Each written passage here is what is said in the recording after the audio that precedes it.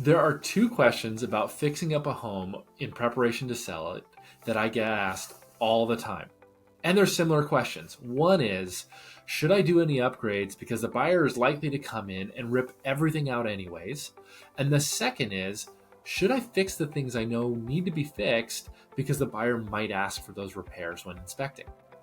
And I separate those two because the first one I see as the emotional connection to the home. That is the things that when the buyer walks in, they're going to feel.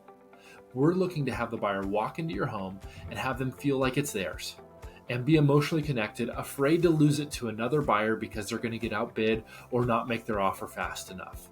That's the emotional state we want to put a buyer in order to get them to pay the most money for your home.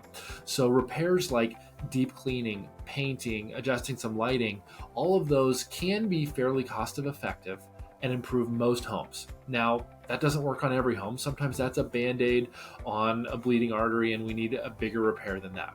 So let's take a look at your house. The second thing is minor repairs. Should I fix those before it's inspected or after? You really want to look at this through the lens of what are you going to fix to live there anyway? What are the things that are safety hazards or structural defects that a buyer is going to going to find in an inspection and be turned off about your house?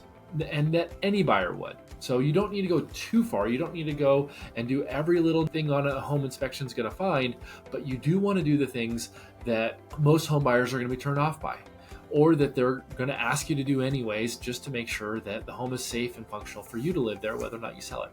So if you have questions on what to do and not to do, I'd be happy to talk to you about them and make sure that you're strategic in selling your home so that you net the most amount of money in your pocket.